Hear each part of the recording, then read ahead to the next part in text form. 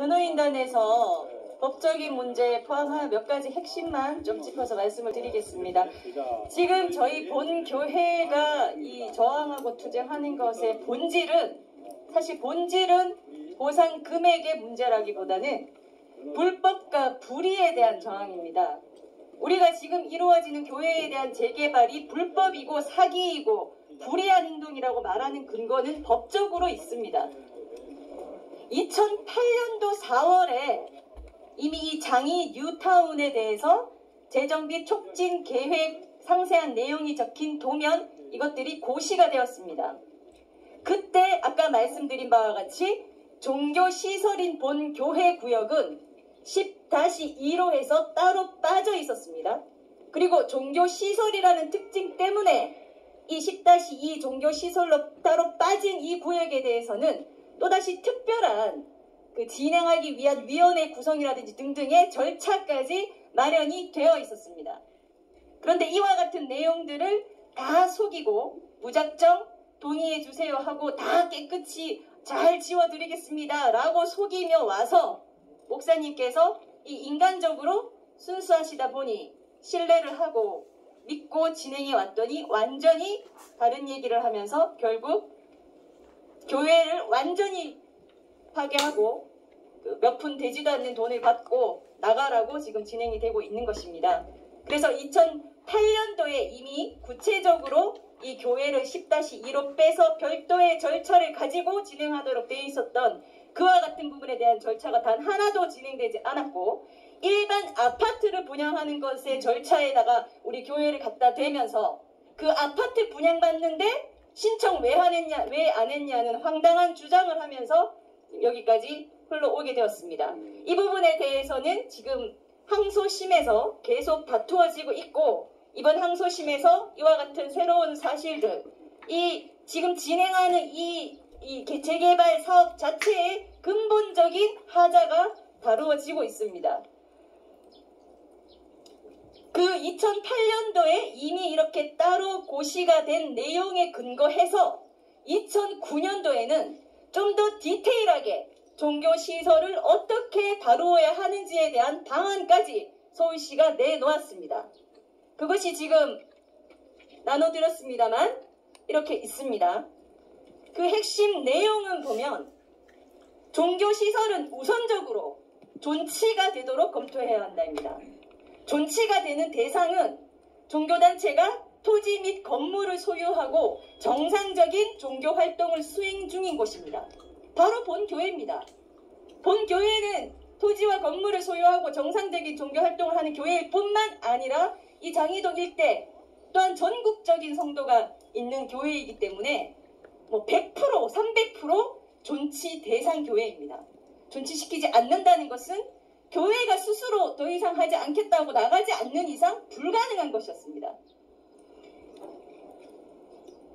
이와 같은 내용들이 있고, 또 이것에 대해서는 철저히 이 정비 계획에 대해서 진행할 때 이 지침에 준하여 모든 대책과 절차를 하도록 이 곳에 되어 있습니다. 이와 같은 문제점들이 있다는 말씀을 먼저 드리고요. 그리고 또 어제 집행 시도가 있었습니다만 대법원의 예규가 이번 달인 4월 1일자로 신규로 제정된 것이 있습니다. 이 부동산 등의 집행에 대한 대법원의 고려가 있었던 겁니다. 집행관이 집행을 할 경우에는 인도 집행을 하기 위해 필요한 모든 사항을 사전에 현장 조사를 하여야 한다라고 의무를 주고 있고요. 또 대상이 되는 사람들의 인권을 존중하여야 하고, 아동, 노약자 등의 인도 집행에 인권 침해가 없도록 세심한 배려를 하여야 함. 이 세심한 배려를 하여야 함, 이런 내용은 제가 말씀드리는 게 아니라 나눠드린 것에 그대로 있습니다. 노약자 등의 안전 인권에 대한 위해 요소를 충분히 배려하고 그 침해가 최소화되도록 노력하여야 함. 이와 같은 것이 현재 이 부동산과 관련된 인도 집행에 법원 집행관이 준수하도록 만든 대법원의 예규입니다. 4월 1일부터 시행되고 있습니다. 앞으로도 이 코로나 가지고 지금 아직도 5인 집합도 못한다라고 하는 상황에서 사랑제일교회를 무너뜨리는 것이 얼마나 시급하고 급한 일이길래 이런 상황에서 용역과 경찰 등등을 포함하여 500명, 800명 이렇게 다다닥 붙어서 오도록 하면서 집행을 하는 것 자체가 저희는 무리하고 맞지 않은 집행 허가라고 봅니다.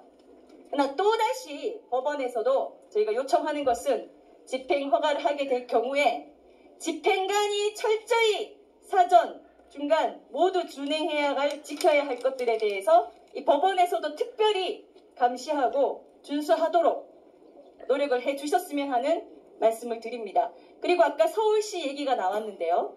방금 말씀드린 바와 같은 재정비 촉진 계획과 그에 따른 세심한 처리 방안은 모두 서울시가 만든 것입니다.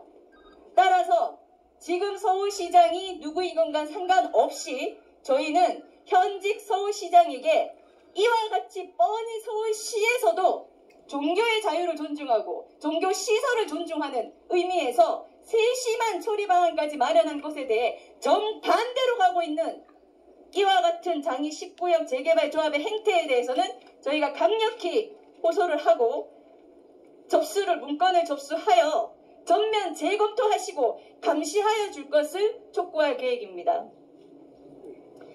마지막으로 말씀을 드리면 아까 목사님께서 말씀하신 것처럼 교회는 일반 영업 상가 시설이 아닙니다. 사적 재산도 아닙니다. 특히 지금 사랑제일교회나 전광훈 목사님은 아시는 바와 같이 전국적 관심을 받고 있습니다.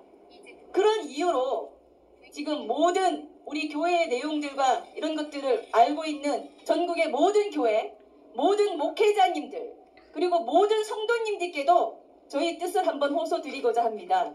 본 교회가 이런 터무니없는 교회를 철저히 무시하고 사기를 쳐서 불법으로라도 내쫓으면 그만이라고 생각하는 이 근본적인 인식의 문제, 이 교회에 대한 모욕적인 행태에 대해서는 똑같이 공감을 하셔야 합니다. 왜냐하면 본 교회가 목숨 걸고 이와 같은 불법과 불의와 교회를 철저히 무시하는 하나님을 모욕하는 이런 행태를 용납하지 않고 목숨 걸고 저항하는 이유는 전국에서 보고 있기 때문입니다. 만약 한기총 대표회장을 하신 전광훈 목사님이 계신 이 사랑제일교회, 문재인 정부와 대표적으로 맞서 저항하는 본 교회가 이와 같이 터무니없는 것으로 파괴되고 철거되는 것이 성공하게 된다면 앞으로 어떤 재개발하고도 이길 수 있는 교회는 대한민국에 없을 거라고 봅니다.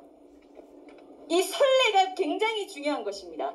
이미 모든 사람들이 관심 갖고 있기 때문에 더더욱 우리는 절대 불법한 것이 선례로 남지 않게 해야 한다는 그 상징성 의미에서도 모든 성도들이 목숨 걸고 저항하고 있습니다.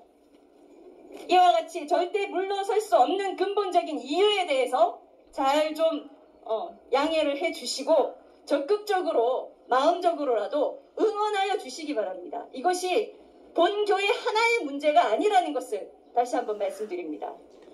재개발 사업을 하는 쪽에서는 전국 어디든 간에 이 교회 종교시설 하면 오히려 무시하는, 자기들의 사업 이익에 도움이 안 된다, 철저히 돈으로만 바라보고 무시하는 그러한 것이 선례로 돼서는 절대 안 될 것입니다. 그와 같은 피해는 결국 대한민국 한국교회 전체로 돌아가게 될 것입니다. 우린 그러한 것을 역사적으로 잘 보아왔습니다. 반드시 막아낼 것이며 본교회의 주장이 가장 적절하고 합당하며 애초에 나와 있는 이 법적 근거에도 부합하는 것임을 다시 한번 말씀을 드리고자 합니다. 네, 오늘 기자회견은 여기서 마치도록 하겠습니다. 장시간 취재해 주신 분들께 모두 감사드립니다. 지금까지 감사합니다. 지금까지 사람들